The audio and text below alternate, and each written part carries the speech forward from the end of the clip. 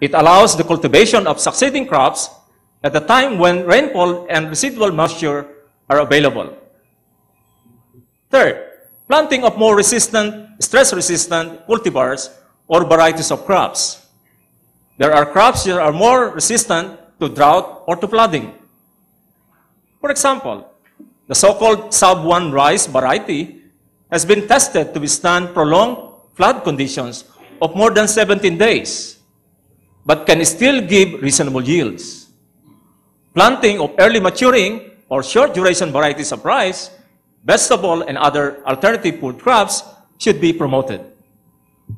Rice varieties that are reported to be drought resistant are PSB RC12 and PSB RC14. There are also available corn varieties that are drought resistant.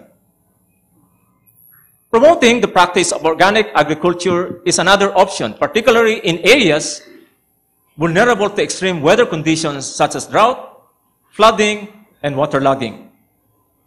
Organic agriculture increases soil moisture or soil organic matter content and hence higher water holding capacity, making crops more resistant to drought conditions.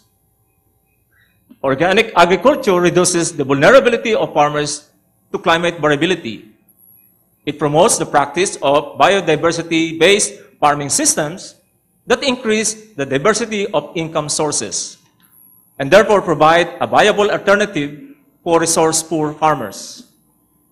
Crop varieties or genotypes and even animal breeds used in organic agriculture are usually well adapted to the local and usually more stressed environment. Next option is improving the use of available water options. There is an urgent need to improve water management at the watershed and at the farm levels. For example, recent studies show that the so-called alternate wetting and drying or AW technology in rice production versus the traditional method of maintaining a certain water level for rice growth can save as much as 50% water and decrease 30% methane emissions without significant yield loss. 6. Protecting and rehabilitating the critical watersheds, which are sources of water, and the vulnerable crop production areas through reforestation and assisted natural regeneration. Community-based forest management practices in these areas need to be enhanced. As mentioned earlier, there are information and knowledge gaps and challenges that need to be addressed as regards the generation of improved technologies as well as the dissemination of these technologies and adaptation options, as well as the mainstreaming of adaptation in planning and development activities at different levels. These include the following. First, rationalization of agricultural land use plans to consider climate-related hazards. Developing and updating of the comprehensive land use plans at the local level should already include climate hazards and risks. Agricultural crop production areas vulnerable to flood and drought should be delineated, and corresponding mitigating measures planned and implemented to ensure sustainable food supply. Second, localized knowledge-based crop forecasting system. Advances in science and technology have now facilitated the generation and integration of knowledge and information from different disciplines and sectors. For example, space technology, such as remote sensing, combined with other tools, can be used to generate more reliable and timely crop forecasts.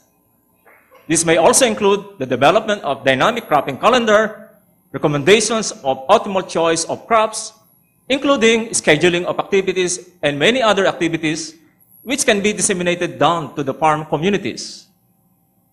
Third, strengthening the research and development and extension program to support science-based technology options from which farmers can choose from. Knowledge and information generation should be a continuing activity to improve agricultural production technologies. These include pest management strategies for crops and livestock, adapted crop cultivars and animal breeds, and the use of local animal feed sources. This requires availability of and easy access to weather data, soils data, and related information. in R&D, sharing of data and information, collaboration and partnership among the academe, R&D agencies, and non-governmental organizations. Fourth, the generation of location-specific information needed for risk management strategies. This includes developing attractive and reasonable risk-sharing mechanisms and localized, innovative, and improved adaptation options. For example, the formulation of more objective weather index-based agri-insurance products may be explored. Finally, academic institutions like UP has the human resources capital with the expertise and skills that can design, develop, and implement programs to enhance the adaptive capacity and increase the climate resilience of the stakeholders in various sectors. Some of these activities may include the following. First, capacity building and training.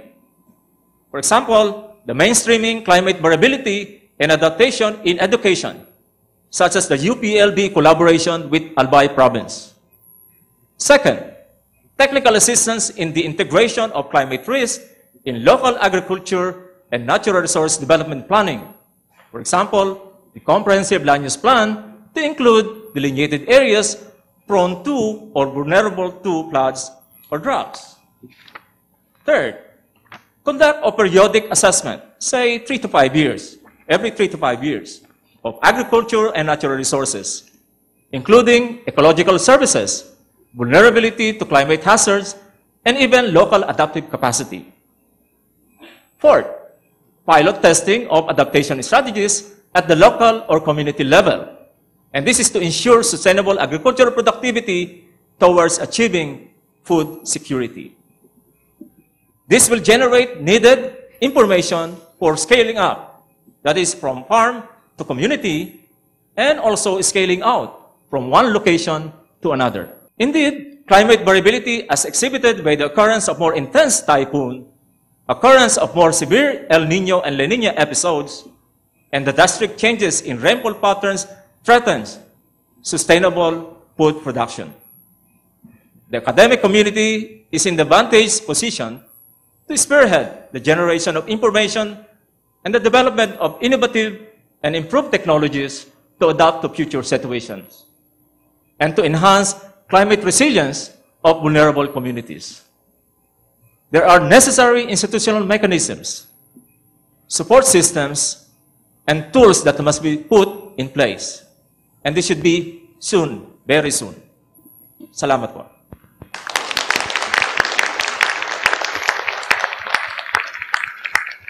My colleague, Professor Glenn Tabios, will now present the Disaster Risk Management Plan and the strategy. Glenn?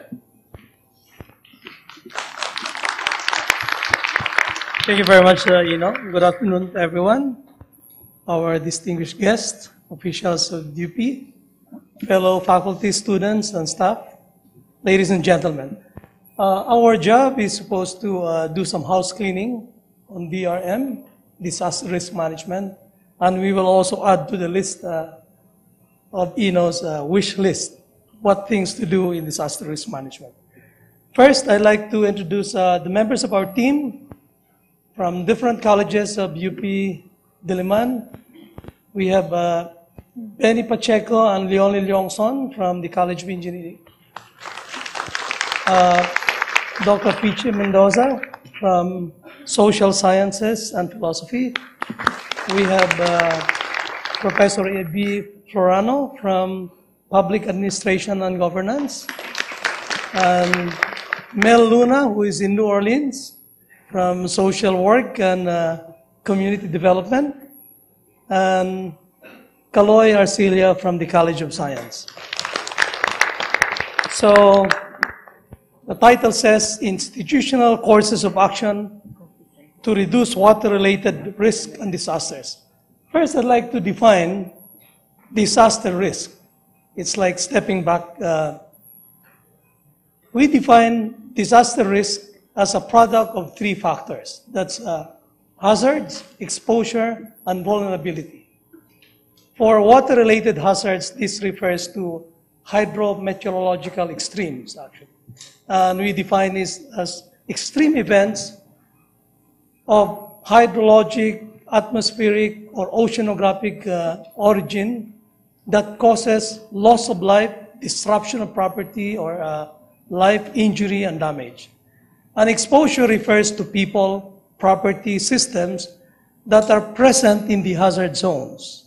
And finally, vulnerability, the characteristics and the state of a community, a system, ecological or ecosystem, as well as an asset that make it susceptible to damage due to hazards.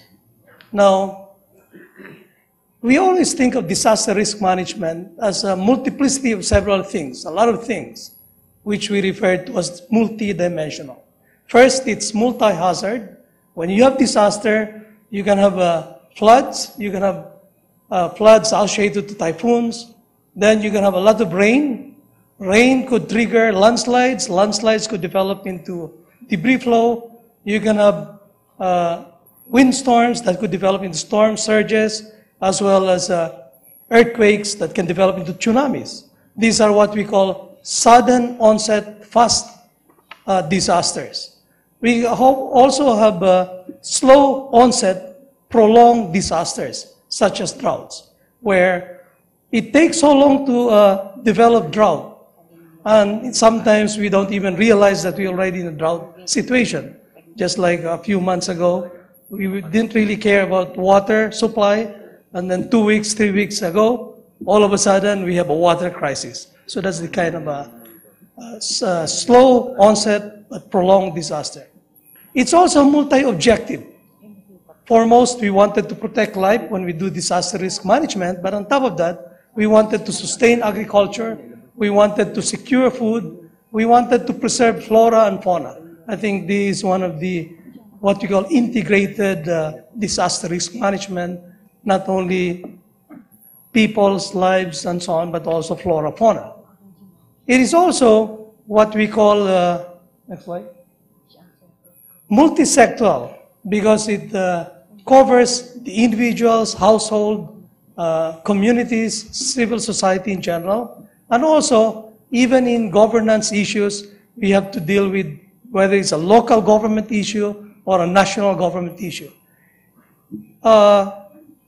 It's also multidisciplinary, since it cuts across different sciences: physical sciences, engineering, social sciences, economics, and all kinds of other sciences. And finally, it's multi-phase. Multi-phase in a sense that DRM, the tools of DRM are actually, you have multiple tools in DRM as well as multiple components. In particular, we wanted to focus on this, what we call multi-phase, which is mitigation and prevention, adaptation, preparedness and alertness, response and recovery. The reason why this is so important to emphasize, because I think the last few years, when we have disasters, we only emphasize response and recovery. I think we lack the component of prevention, mitigation, adaptation, and even preparedness and alertness. Now, what we'd like to propose in the beginning is to come up with a framework to conduct a DRM.